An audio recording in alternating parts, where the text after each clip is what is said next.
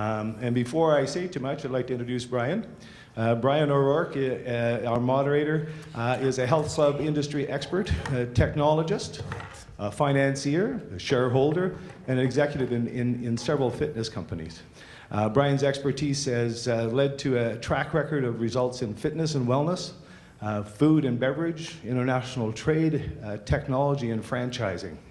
He's led organizations and projects in Asia, the EU, and the Americas, and has transformed organizations and brought stakeholders together in a variety of roles. And Brian has served as a court-appointed expert and advises public and private for-profits and nonprofits, NGOs, and government agencies.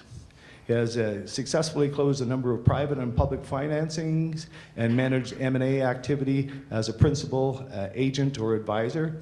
And his articles have been published in a variety of established periodicals. So he'll take it from here, introduce the panel, and thank you, Brian. Hey, thank you. Great. Welcome, everyone. First off, as you've denoted, we're going to talk about the quantified self. And before we begin, I want to congratulate the organizers of this event. I don't know who had the contacts with the man upstairs on the weather, but it's been completely awesome. That's you. What a beautiful place and what a wonderful setting. I'm privileged to have the chance to introduce our four esteemed panelists, many of which you already know. First, Paul.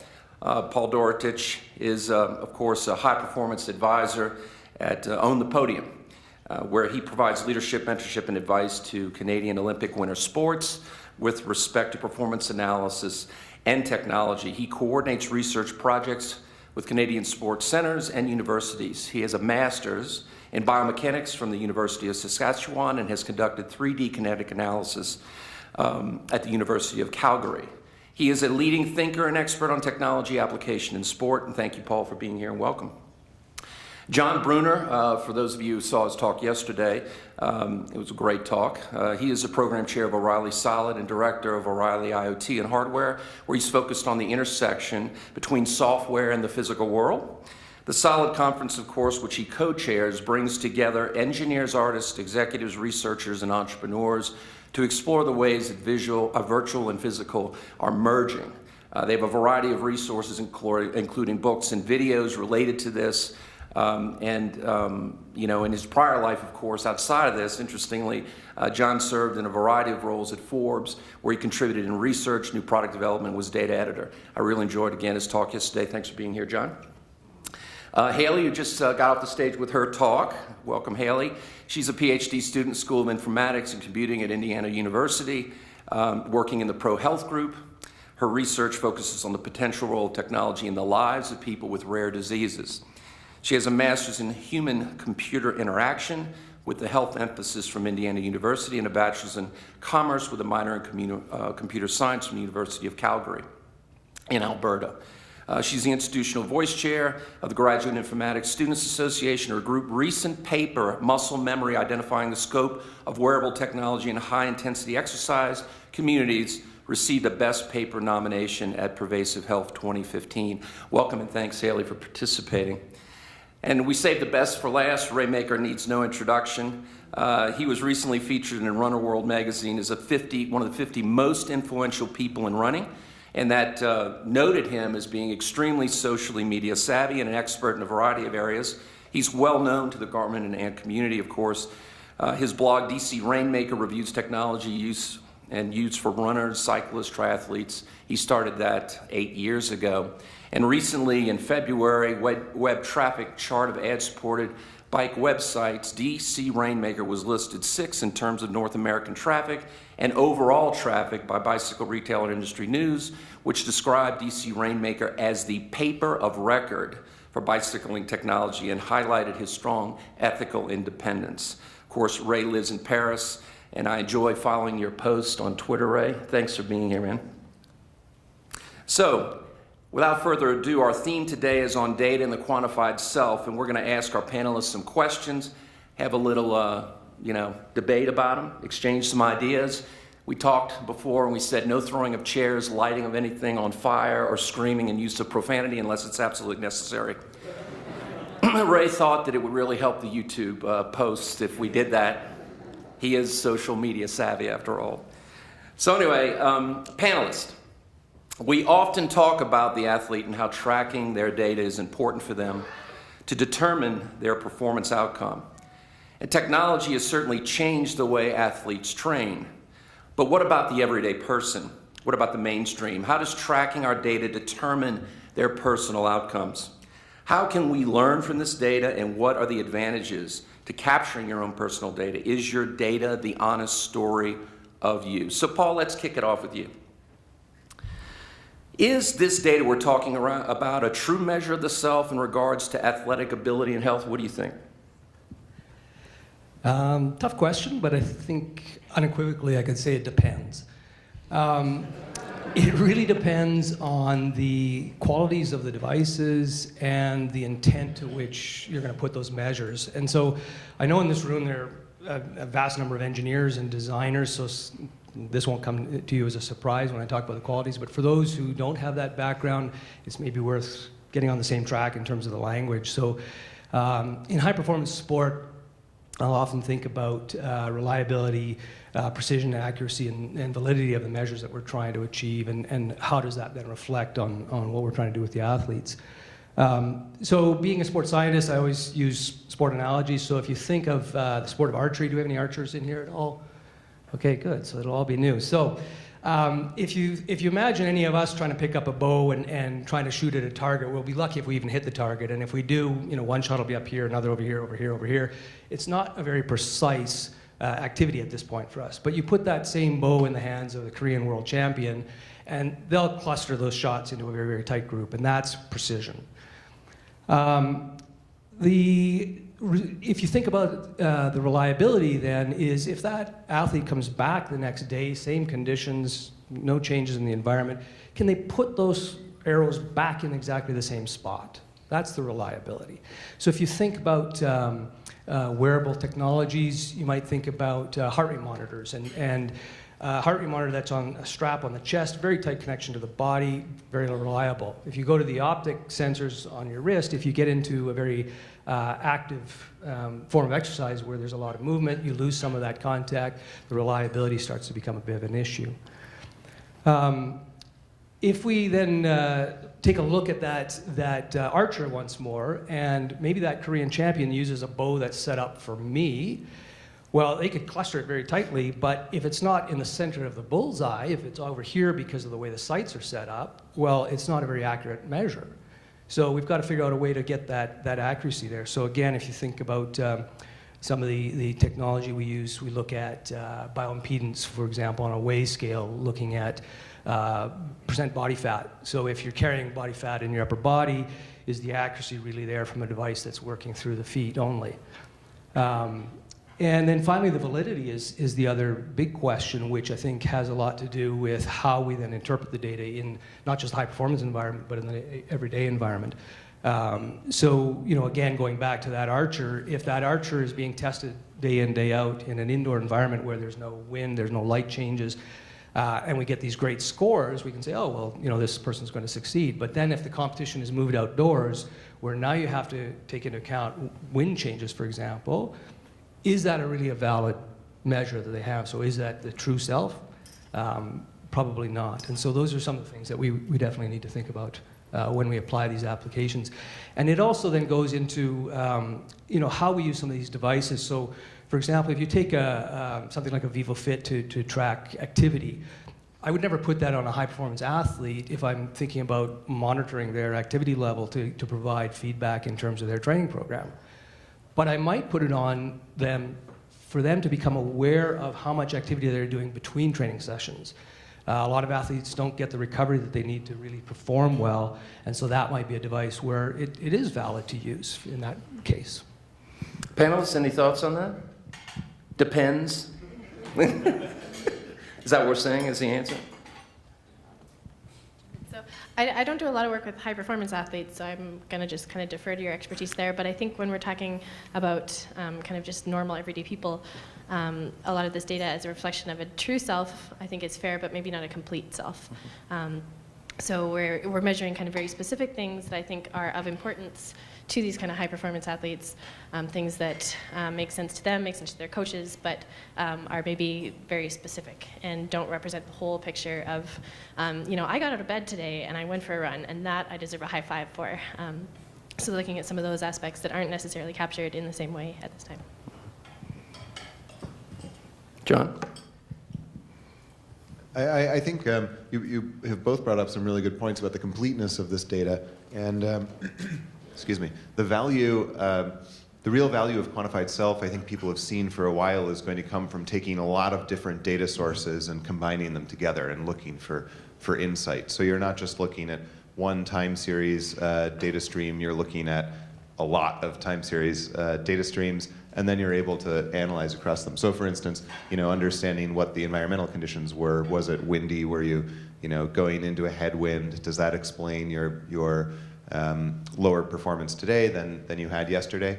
And then other factors too that people sometimes talk about bringing in here that I think are really interesting are like social factors, emotional well-being factors.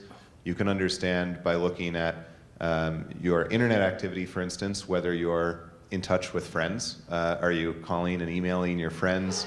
Are you withdrawn? Are you slow today? Are you feeling a little depressed? Are you feeling happy and exuberant? These things all play into it as well, and I think adding more data streams helps to form a more complete picture. But there are always more data streams that could be added, and we'll never have all the data in one system. Yeah, state of mind is becoming a bigger area of general overall health, right? So, absolutely, right? Yeah, I think it's, Paul touched a little bit on accuracy. I think that's the biggest challenge. If we look at, there was a research paper recently that showed accuracy of step counters, and they were all over the map. There were some that were 30, 50, 80% off, and I've seen that in testing as well, that you get kind of broad ranges there of how far things are off. And if you're looking to get something like power meter testing, then even just 5% off is unacceptable. On the flip side, for a step counter, 5% isn't that big a deal. You're looking for trends. You're looking to be able to say, you walked 10,000 steps today, that's great, but yesterday you did 1,000 steps. That verifiably sucks, right? You did not walk enough today. And whether you're 1,000 versus 1,005 doesn't really matter very much. And I think it's kind of understanding the perspective of the device and how accurate it has to truly be.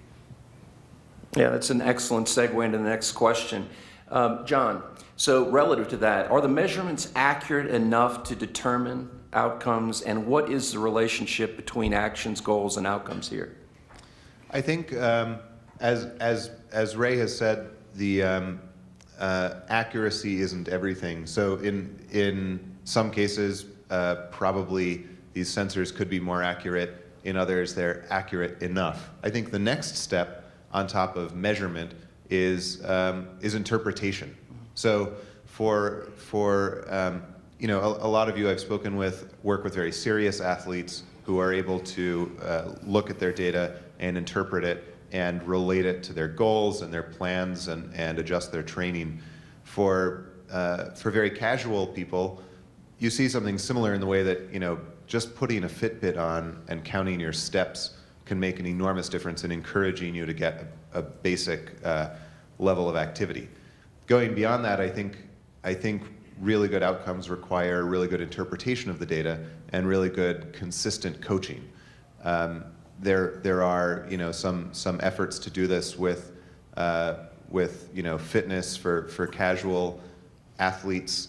There are also, if you take a step further and think about sort of coaching and interpretation in an even broader sense, there's some really interesting efforts to give you little nudges in your life by reading data and then helping you recognize at inflection points when you ought to be doing something else. There's an interesting desk, in California now everyone has these like sitting, standing desks that go up and down, and there's one called Stir that if you've been sitting too long, it starts to kind of bump up and down a little bit to tell you got to stand up, you've been sitting too long. And if you've been standing too long, it starts to kind of nudge down to remind you to take a seat and relax for a little bit.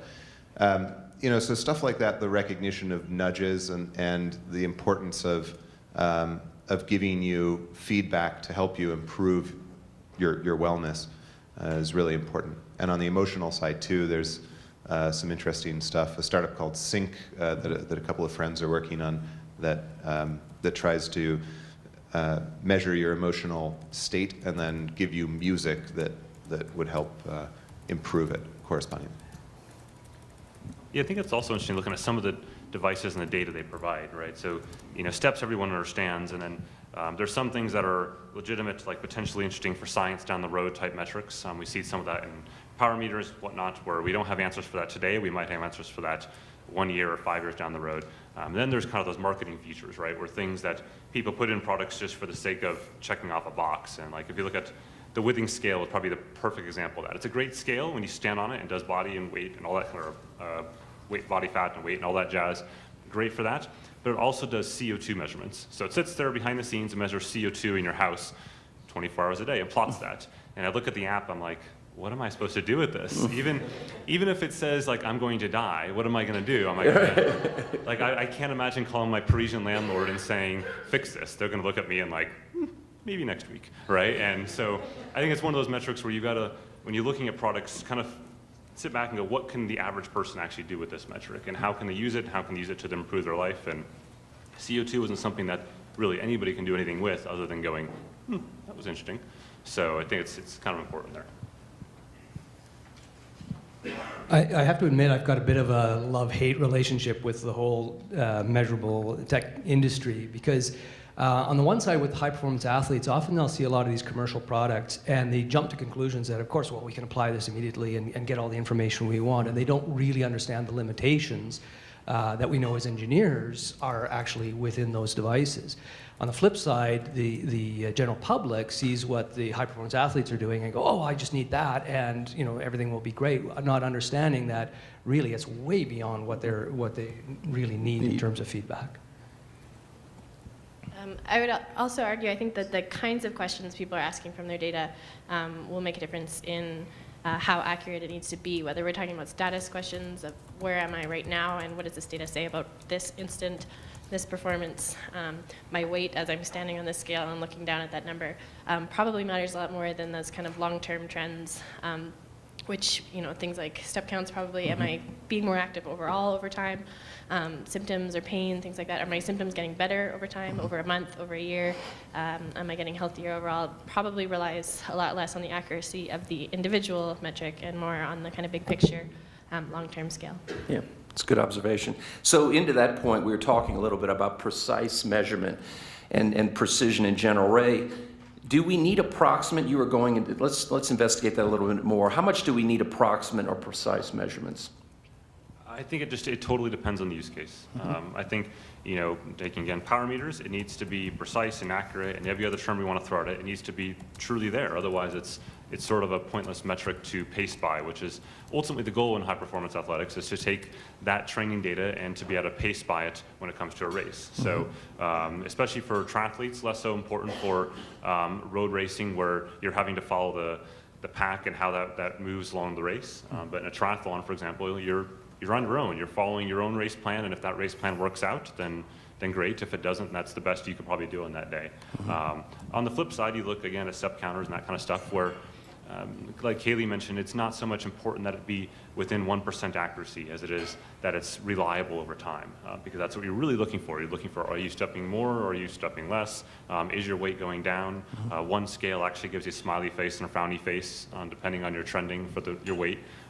That's what consumers should be looking at. And I think that's actually, like, if you look at weight scales, that's really the benefit of those. It's not, if you take a cheap $10 scale and you stand on it, more than likely that scale is accurate. I did scale testing a few years back, and I bought like 10 different scales, and everything from a $10 target scale to a $300 Tanita scale, and went into a place that did bod pod testing of athletes, and basically I brought in like, I think, with 10 or 15 folks and just did testing to see how they worked. And every single scale was spot on when it came to weight accuracy, the most important metric. They all nailed it. Body fat, that was kind of sucky. But weight they got. And that's the piece where trending-wise, you're looking at that. And so you take a digital scale that records your weight. What that's useful for is because on that $10 scale, you walk in the bathroom, you step on the scale, and you say, it says X.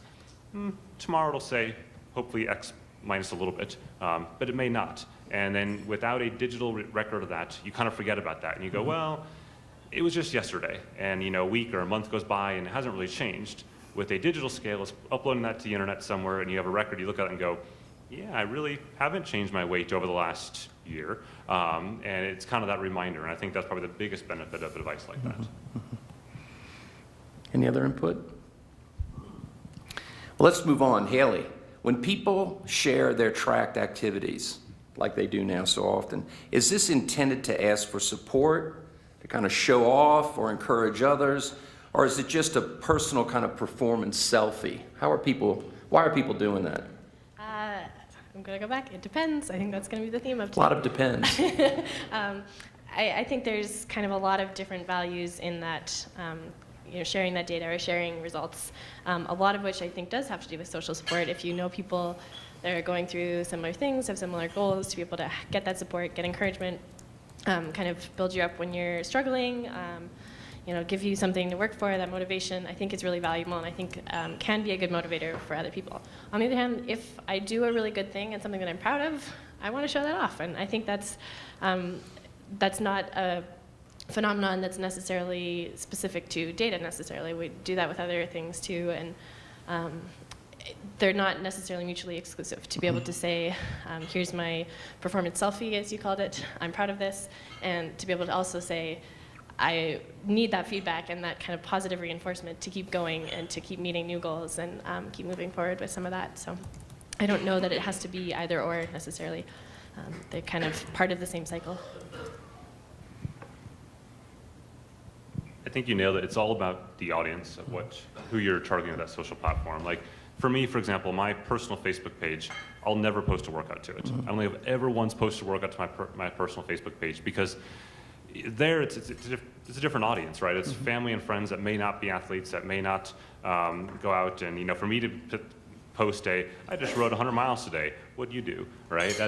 It's tougher. Whereas if I'm, on my like DC Rainmaker Twitter or whatever, then that's an audience that is generally fitness focused. It's generally something that's going to appreciate some element of that, even if it's just a pretty picture that I posted, to the Strava workout file or whatever. They're going to appreciate that versus my personal friends maybe like, it's a little bit bragging there. Yeah, that's right. John? I just wanted to add one more thing.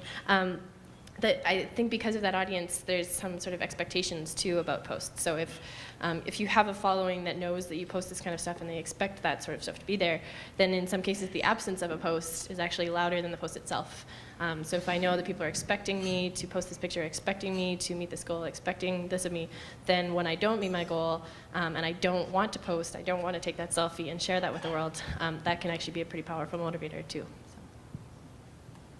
The internet, generally speaking, has helped people find all sorts of new communities, and I think the fitness communities are really terrific examples of this. If you look at like Strava, for instance, you're able to compete asynchronously against other people who want to compete against you. You're not just the jerk among your friends who always wants to ride in front and get there before everyone else.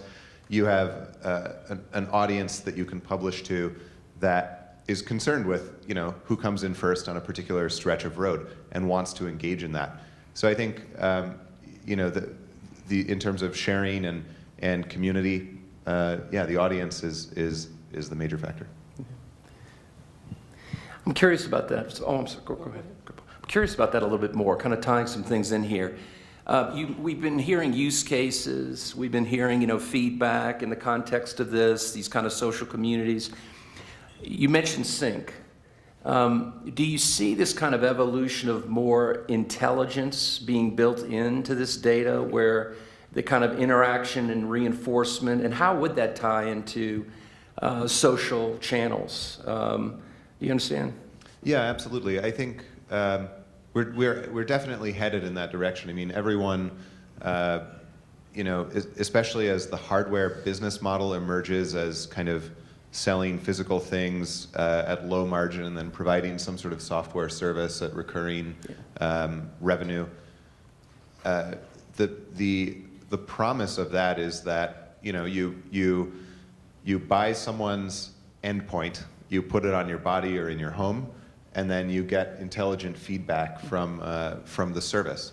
So right now everyone is racing to build up platforms that could combine a lot of different stuff, that could combine your heart rate monitor, information from your car about where and how you're driving, information from your phone about whether you seem to be happy or sad today, from your social network postings, information from your house about which rooms you're in, whether there's too much CO2 in your house. We'll figure out a use for that someday, and kind of draw insight from it. So that intelligence, I think, especially for casual consumers who don't have the advice of a really knowledgeable coach, is going to be what pushes this forward in terms of value. Paul, you were going to say something? No, I just think we have to be a little bit careful with where all this is going, because for the vast majority of people, they don't really have the background to understand what all those data mean. And even within the sport community, there are definitely subcultures within the different sports as to how they take on board those kinds of data. So in the endurance sports, they tend to get it. They really are into the physiology and understand what the power meters and heart rate monitors and all of that mean. But in other more skill-based sports, it's more about the show. So if you think about some of the snowboarding disciplines, they proclaim to be athletes, but in many ways they're entertainers, and so the information and the way they share it is very different. Don't you think that that's true, though, even without the data, that the sports that are kind of performance sports are still performance sports, even if they're not quantified? And so if we start bringing in that kind of intelligence aspect, in some ways that can prevent a lot of those kind of, say, injuries that it sounds like you're concerned would happen if people are misinterpreting data or misusing that sort of information. Yeah, for sure. There's that's why I said there's a bit of a love-hate relationship, because a lot of it can bring a lot of noise. Trying to go back and analyze all those data and keep on top of what it really means is a huge challenge in the sport industry. Yeah. I think it's interesting you touched on kind of sport and entertainment there a little bit, where that's something that we're seeing more and more with that data, right? For example, in the Tour de France or upcoming, so Quark here has a solution, right, where they take that power, heart rate, cadence, speed, et cetera, data and plot it over a graph. And ultimately, the goal of that data is to drive eyeballs to a site to engage readers into to basically the Ironman World Championships, for example, coming up next week. So it's to kind of keep them hooked onto that sport and tie them into that. And so it's an area where that data stream itself isn't something that athlete, after it leaves their bike, truly cares about. That's something they're having that moment they're by themselves, but beyond that, it becomes more of an entertainment thing than it does actually a quantified self thing. Yeah, absolutely, great insight. So to that point, Ray, we've been talking about data. In your view, how much data is too much data? I don't know what you're talking about. I don't understand. Too much data. Cognitive dissonance. Yeah. You'd like. It depends. That's the theme for today's panelist. It depends. Yeah, it's hard for me to have too much data, but I think there's a lot of scenarios where there is too much data for a given situation, right? A given person or a given, I went for a ride with Keith. I don't know if he's in here, but Keith from Four Eyes on Monday, and he was joking that he only had 2 head units and 2 power meters on his bike at that time. And I'm like, that's not too shabby. And you get down to the fact of having like 1 power meter, not even a power meter at all, and having a head unit, and you're like, now you're riding for the sake of riding. Right. And sometimes that's like my situation is I've got so much data collection going on that you can't really enjoy what you're doing anymore. You can't enjoy the activity because you're trying to make sure that all that data is collected perfectly. So I think it's finding a balance. For some people that are trying to get healthy, then the data is that reminder at the end of the activity, or it could be the definition of the end of the activity, right? There are people that go and set their GPS watch to burn 500 calories, and whether that takes them 5 miles or 10 miles or whatever it takes them on whatever activity they're doing, once it beeps 500 calories, they stop and they're done. And so it depends on how they're using that data versus a performance athlete that's using it to track or plot data over time to say, I've had a 5% improvement in wattage over the course of a year. And of course, that gets back into accuracy as well. Do you foresee, Ray, given that, do you foresee, like we were talking a little bit earlier, John, intelligent agents starting to collect that for you and creating a personalized kind of interpretation of data to make it easier for you to enjoy your experience, but telling you what you need to know? Yeah, I think we see some of that with kind of automated coaching and stuff like that now, where there are services that will look at that data and try to make coaching suggestions on the fly. Basically the same thing that a human would have done in the past from a coaching standpoint, and still obviously do today, but to make that broader appeal to people who couldn't afford a coach by itself. The challenge with a lot of that today is that it's kind of repetitive responses. They're not truly that unique. They're kind of a computerized grid, and it spits back something that seems, somewhat relevant to you, but they're not really that relevant. I think the bigger challenge, as John noted, is that the fact that there's so many different data inputs now. And of course, there's been attempts by various companies and organizations to, be partners with other companies and to, take data streams, but I haven't really seen any of those partnerships actually last more than a year or two. It's kind of, people get bored of that and they move on. I tend to get very nervous when we look at sort of automating all of this. I mean, I think eventually the technology will get there where it gets very good, but to come back to Haley's presentation about people are more than their data, and trying to really interpret and then actually make change with those data is a real challenge, and you have to know your athletes intimately to do it well. So I think we have to be very, very careful as to how we progress with that. I think a really good example of that is like in coaching. Like I've got a coach that helps me along and whatnot through my seasons, and he could look at a file. Let's say like this week, for example, I flew from Europe on Monday, and I've done activities and all sorts of stuff, and it's been really busy. So one might look at my heart rate files and say, that heart rate's really low. So a computer might look at that and go, you're underperforming, you should have pushed harder, right? But a coach is smart enough to look at that and go, well, wait a minute, you flew 10 hours on Monday, you're now in the wrong time zone, you've flown back and forth across the Atlantic every single week since August. You're probably tired, your body is probably fatigued, and your fatigue level is why you can't get your heart rate up, not because you're not trying. And that's really that difference between an automated system and a coach that kind of knows and can provide guidance there. Mm-hmm. In a way, it sounds like we're kind of in a valley right now where we've started to automate this stuff. The automation isn't quite good enough. If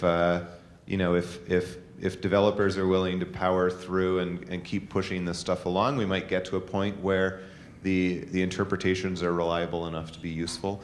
But while we're crossing the valley, there might be some danger to over relying on computer interpretations. Mm-hmm. Just to go back to your question about do we have too much data, I think there are sort of two camps in the world of high performance athletics about let's measure everything and we'll go back and we can sift through it and look for trends and so on, versus no, let's have a really targeted approach. For me, I tend to be in the school of less is more. For the day-to-day interactions with athletes. So we need to get to the point where we can dig through and find out what's actually important. So for example, we're currently doing some work with bobsleigh where we're looking at the acceleration of the sled off the start line. And initially, we'll be collecting 200 hertz accelerometer data to try to make sense of what's actually happening as the athletes are hitting the sled. But ultimately, we have to have something that's more simplified for the coaches to use to give instantaneous feedback. So we don't have to collect at that high sample rate. We can have something where we've dialed in the KPIs, and that's what we feed back to them right away. So in that case, less data is definitely a benefit for the coaching staff. Mm-hmm. Yeah. I think some of this is kind of similar to a quote from your presentation yesterday about how the problem with computers is that you play with them. And the problem with data, I think, is the same, that it's easy enough to say, I'll just collect all of this data and I don't have to use it. But it's also very easy to get addicted to your data and very easy to, once you have all of this, want to spend a lot of time playing with it or get more data and more data and more data. And the point you're making, I think, is very true of, at what point can I just go for a bike ride? Can I just go and enjoy being out in the mountains and enjoy that scenery without feeling kind of that data addiction? Would be kind of interesting, I guess, to explore. All of this data that we don't have to use, but a lot of the times we do anyway. Mm-hmm. Very good observation.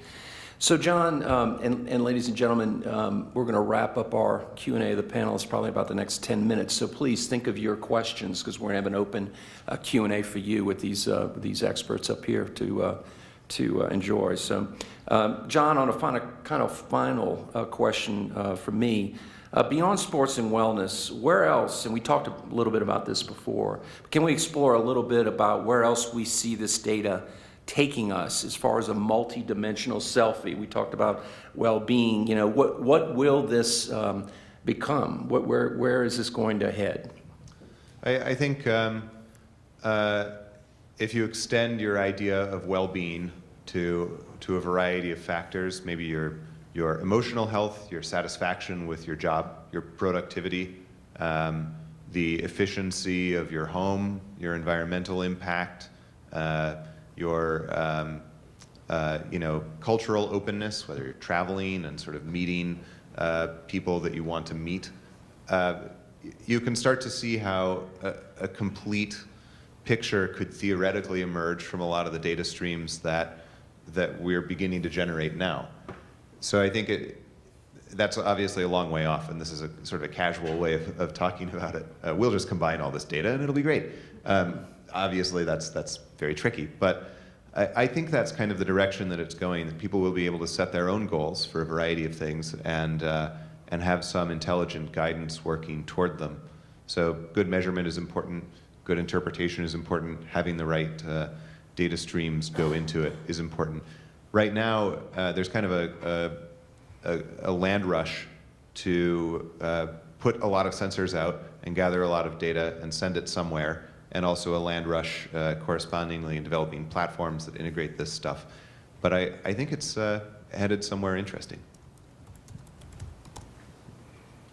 Haley, I'm curious about that question in light of chronic illness, rare disease, all these things, especially if you think about it right in use cases, because like congenital heart failure, where that data and tracking it, it's very, very relevant to keeping someone well. What do you think about it in that context?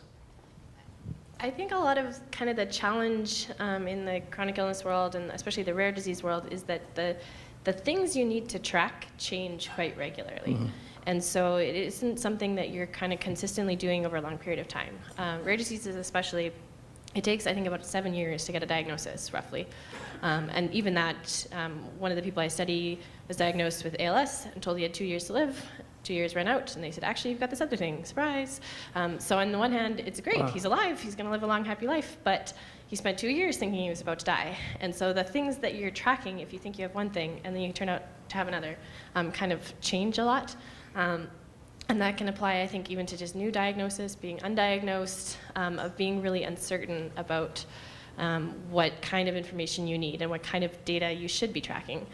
So what I would love to see, I think, in kind of down the road is some more flexible tools or things that will allow you to kind of play around, try tracking different things, look for relationships between what you're tracking and what you're feeling or what you're noticing in your health, and then stop, give up, say, okay, that didn't work, that wasn't it, now let's try this other thing, without having to kind of commit really to, I am a person who tracks this thing and that is what my life is. So kind of, again, coming back to ways of being able to combine that data, kind of smart ways, maybe be able to recommend different things to be trying or tracking or things like that, sort of more on the self-experimentation side in some ways, or at least experimenting with different kind of data sources or types of data that you need. Panelists, what about the new use cases where people are taking this data tracking and then merging it with humans to deliver coaching virtually in a variety of different applications? There are a number of these that have launched recently, and when we think about tracking data and then providing, Paul, what you're mentioning, professionals who are very trained, like you were mentioning, Ray, who are watching this and communicating with people. There are a number of these platforms that have been launched in the last few years. What about those applications in this context? Yeah, I think it's definitely great. I think one of the challenges there is making sure those coaches, for lack of a better term, know what to do with that data, right? So I think there are sort of metrics out there that you could look at, and a coach would go, well, maybe it means X, and maybe it means Y. I think like left-right balance in cycling is a beautiful example of that, where the layperson might look at that and go, we need to have balance be 100% or be 50-50 spot on even, right? But there's actually no scientific evidence that that's a good thing, right?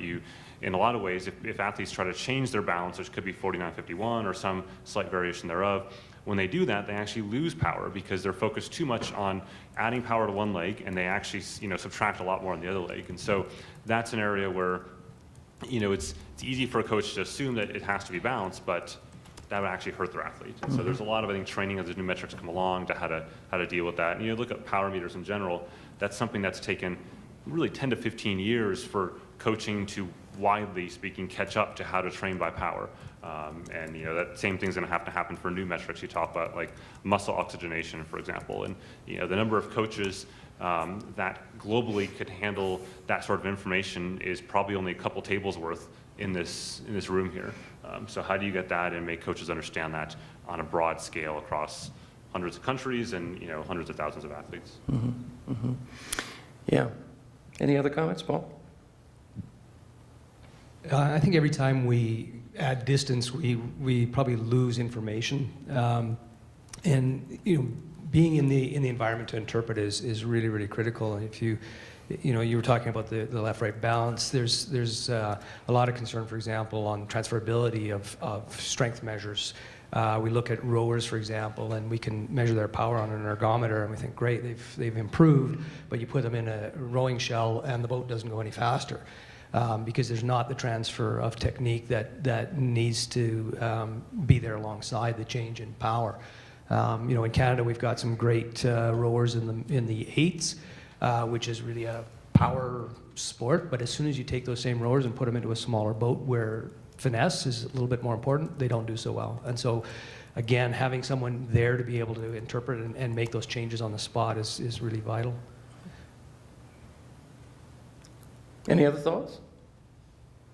Well, let's open this up to the crowd here. I hope you've had an opportunity to think about some questions. We want to pass the mic out to anybody to ask these folks some. Do we have a second mic? Yes, we do. Question over here. You knew I had a question, right, Mike? I'm in the business of data collection. It's high tech. We need to collect your voice data. You knew I had a question, right, Mike? I'm in the business of data collection. And there's a couple things you guys were talking about earlier. You can always choose to look at the data you want to look at. You can't look at data you don't have. I would suggest you sample as often as you can, as much as you can, with as many parameters as you can, and then look at it later on. You don't have to look at the data you've collected, right? If you have the choice between precision and accuracy, choose precision, because precision is a measure of how you're doing with respect to yourself. Accuracy is a measure of how you're doing with respect to others. And so if you're trying to improve yourself, which most consumer athletes are trying to do, precision is way better. If you're trying to set a world record, you want to know how you're doing with respect to everybody else. So you need accuracy. Ideally, you get both, right? The other thing was mechanization versus automation. Automated coaches, probably not a good thing right now. But mechanizing the data collection process and the storage of that and the easy retrieval of that, I think is key. And so anyone who's in the business of doing data collection, mechanize, make that really good, make the channels really good, make it easy to retrieve the data, but you don't have to look at it because you can't interpolate data you don't have, right? So Good observation. Thank you. Any comments on that?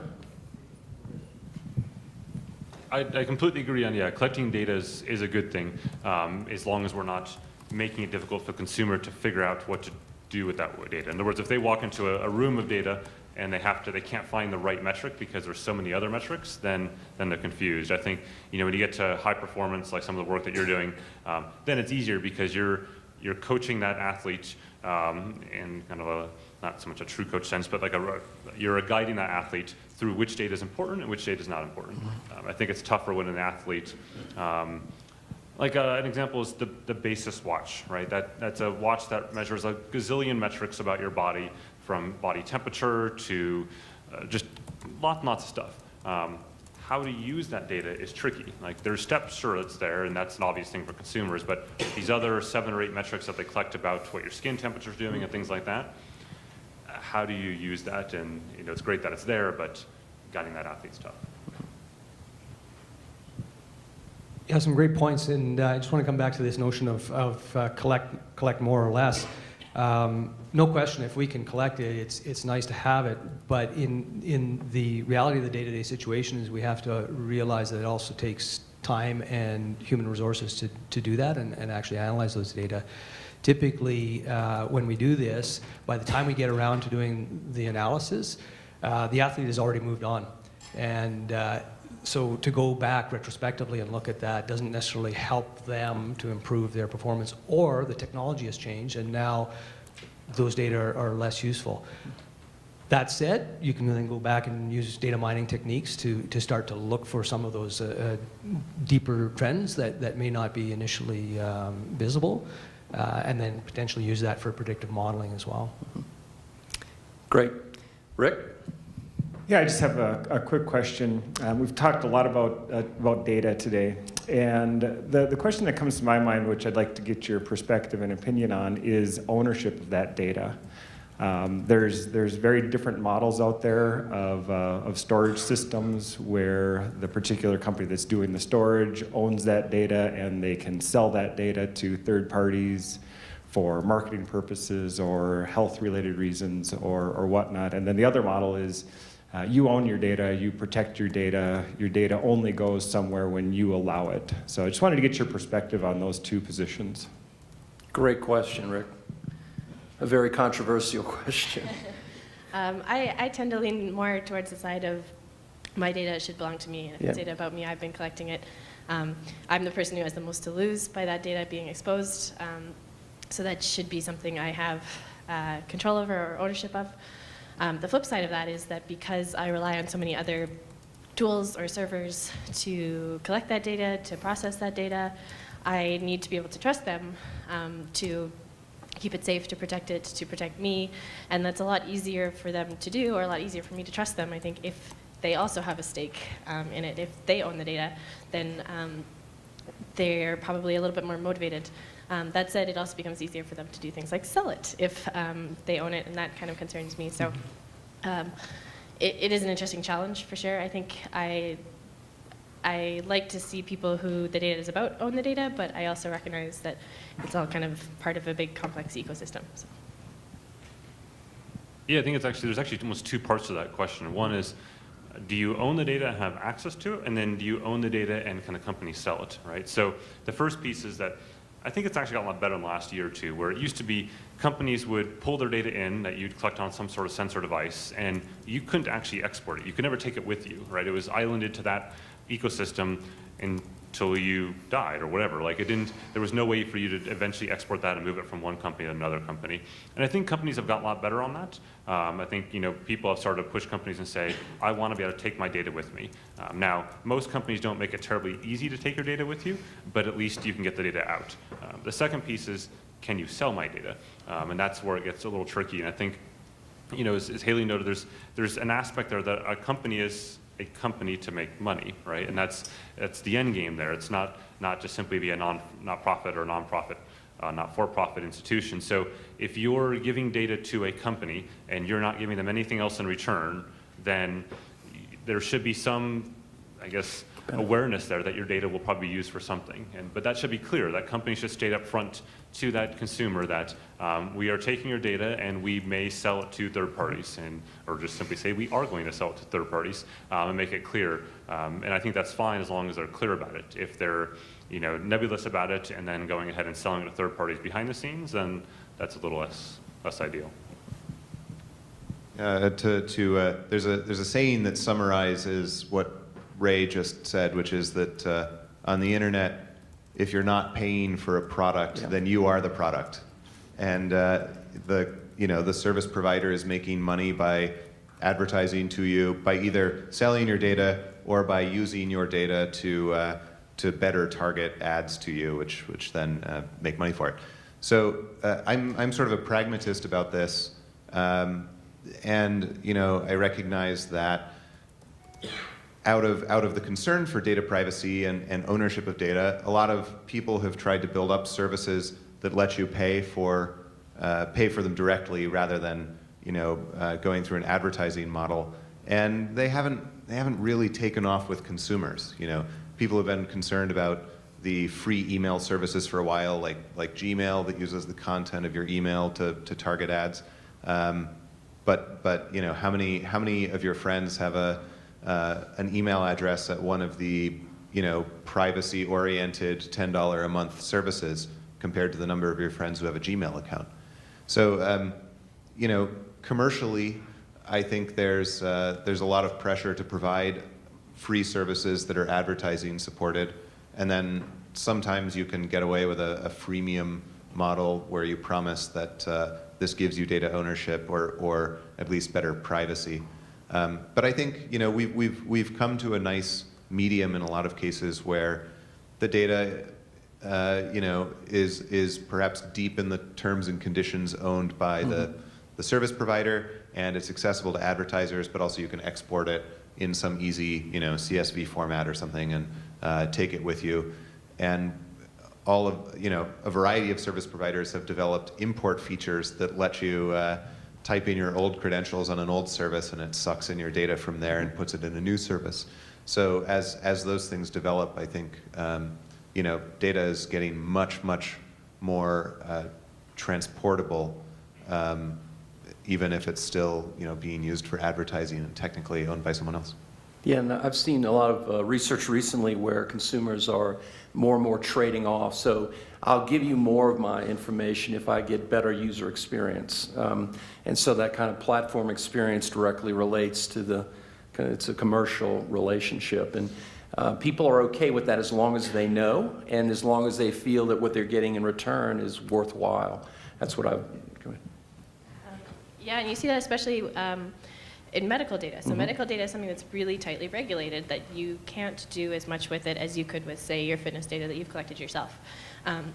Or rather, other people can't do it on your behalf. And yet we see a lot of people with really severe health conditions who will just put their data on the internet, put all of it on a blog, put it on Patients Like Me, sites like that, because they need results so much. And so the threshold of how much data people are willing to give away and how much they expect to get out of it, or how badly they want something out of it, I think kind of varies as well. But it'd be interesting to think about, if we think about data as the currency of the internet, so I'm paying with my data for these services, what would it look like then to have the same kind of consumer power and consumer control that we do when we're spending, say, dollars? So if I'm going to Amazon, I can compare prices across a number of different products. I can look at flyers on the come in the newspaper and kind of compare, this is what I'm paying, this is what I'm getting for it. And we don't necessarily have the same kind of control over data as a currency, because it's not always obvious how much of your data you're giving up, what's being done with it, and what you're actually getting for it in return. So. Yeah, and I'm even seeing where in the fifth era of the social web, there's discussion about communities coming together and bartering with their communal data with brands to make deals, either for bikes or whatever it is you're doing, because of the power of that. So I think these are all very interesting questions from the perspective of what digital is and data is in the realm of commerce and use cases.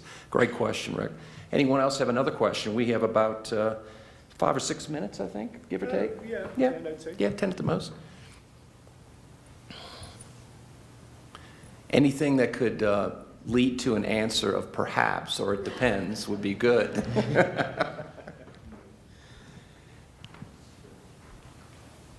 I guess I have a question. We've been using the FIT file structure for quite a few years now, and it seems to be a prevalent feature now. I've been answering questions from people that don't even know who we are, but they want to get a manufacturer's ID so their data can be shared with others. As a panel, do you feel that that structure is the correct way to go, and is it being used properly, and are there things that we should do to improve it?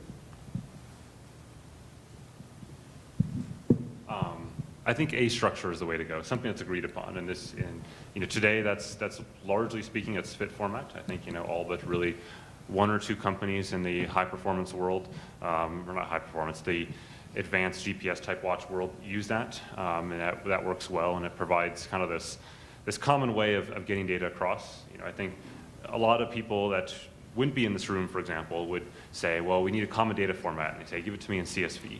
And of course, everyone in this room dies a little inside when someone gives them a CSV file, because no two CSV files are the same, right? It's like saying, give me a human. And you're like, well, that's useless. Like everyone's different. And so when people trade CSV files, that means that they're just trading data with commas in it, right? And that's it. There's no way to define how that data is used or define what that data is for or what it should be for. And I think that is some of the benefit of the fit file format in today's world, and that those definitions are made up front, they're very clear, and then virtually every app out there can use that data. So I can generally trust that as long as a device manufacturer hasn't screwed it up, I can take that data and put it into Strava or Training Peaks or fill in the blank, any number of other sites out there, and it's just going to work. And that's what consumers ultimately want, that fact that it's just going to work. Thank you. Good answer. What do you think is in the realm of applications and communities and the different platforms you work with, Ray? What do you think are some of the coolest ones that are taking data and making the user experience better? It depends. Yeah. It really does depend on the use case, right? Yeah. For a competitive cyclist, that's obviously Strava. For someone who's looking to lose weight and burn calories, that's MyFitnessPal. I mean, and it's rather unlikely, in fact, that those two groups ever cross each other. Right. Like if you talk to a competitive cyclist that's out, sniping segments on Strava, and you tell them ask them what's MyFitnessPal, they're gonna look at you like, eh? And the same is true if you ask the same people for MyFitnessPal. So it really goes to who the audience is and who's the use case for that particular data set. And I'm sure there's obviously many other examples out there if I were to look at other sports as well, but it really comes down to what the sport is, what the athlete is, what's their goal, what's all that kind of stuff. That's a good answer. Do you feel, Ray, that there's a mixture or a sweet spot that isn't being attained now that you would suggest if somebody was working on that would be a good thing? Good question. I think it's hard to boil the ocean. I think trying to boil the ocean never really works. And I think if you try to be everything to everyone, you end up with bland nothingness, right? And so I think you want to target something and be really good at that. And of course, companies buy things to add new features to the products. They could buy another company.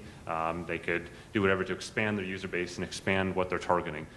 But I think it's better to be really good at something to be so-so at everything. Right. And so, I think if you look at some of the acquisitions by MapMyFitness, for example, right? Those acquisitions aren't targeted at technology. Those are targeted purely at buying people. They're targeted at buying users to then monetize their data and everything else, just like we talked about a couple minutes ago. Whereas other acquisitions, like some of the stuff that Strava would do, isn't about buying people. It's about buying a functionality, buying a very specific thing they wanted to add as a feature and calling it done. So they're a little bit different. Yeah, good feedback. Any other questions from the crowd? Well, I want to thank we got one. Good. One last one.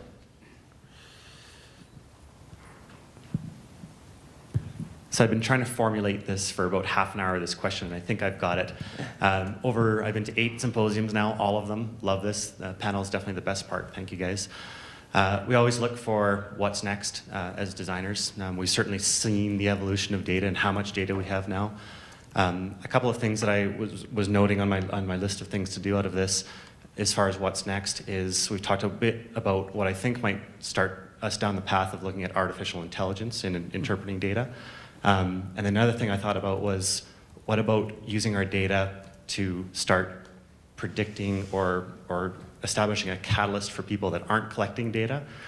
If we were to pick between artificial intelligence or figuring out how to get more people involved in data collection, what would be the better route to take for our efforts, in your opinion?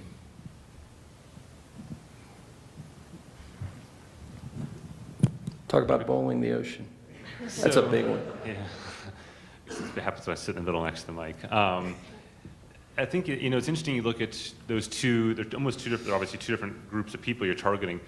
With the second one, where you're trying to get more data collected, I think if you're providing a carrot with that, then it becomes really interesting. So for example, insurance companies that are basically enticing employees to wear activity trackers, and in turn, they get something out of that, right? It's typically that if they hit goals of a certain number of steps, then they could get points, and those points can be used for vacations or TVs or whatever the case is. I think that's probably a better global benefit than trying to automate something at the high end of things. I think, being able to say, we're going to try to get a company that may have, 50% obesity rate and lower that to 42% is definitely a worthy goal versus trying to automate that little piece that may be only applicable to a couple percent. Yeah, but it's a really good question, and I think more data leads to better artificial intelligence. So if in terms of like what to approach first, my immediate instinct would be more data, and data is really the content of these services, and that's the differentiator. That's the special thing that you can provide. So, I think focusing on that. Some of the artificial intelligence needed is very sophisticated. Some of it is sophisticated, is not that sophisticated to implement once you have a lot of data. Right. There was this paper that a couple of researchers at Google published a few years ago about how, if you have enough data, the algorithms don't matter. Right. Like you need really, really sophisticated algorithms to draw conclusions from poor data, but if the data is huge and pretty high quality, then interpreting it is a fairly straightforward thing. That's exactly right. I think people largely underestimate where AI is. I think there are many use cases right now being deployed. MRIs, for one example. The best radiologist in the world in the coming months will not be able to beat what's going on with scanning via Watson. This is real, and it proves the point. The Turing test was passed just in the last, 18 months, where people couldn't discern between an AI and a human. This is very real, and I agree with you that it's directly related to the quantities of data and then being able to apply those use cases. And you're going to see this, I think, become very relevant in disease management and in medicine, and it'll extend out to other realms as long as there's enough information, right? Anything else? Great question, by the way. Well, thank you all. Let's give a round of applause to our esteemed panel, please. Thanks for being here. Great job.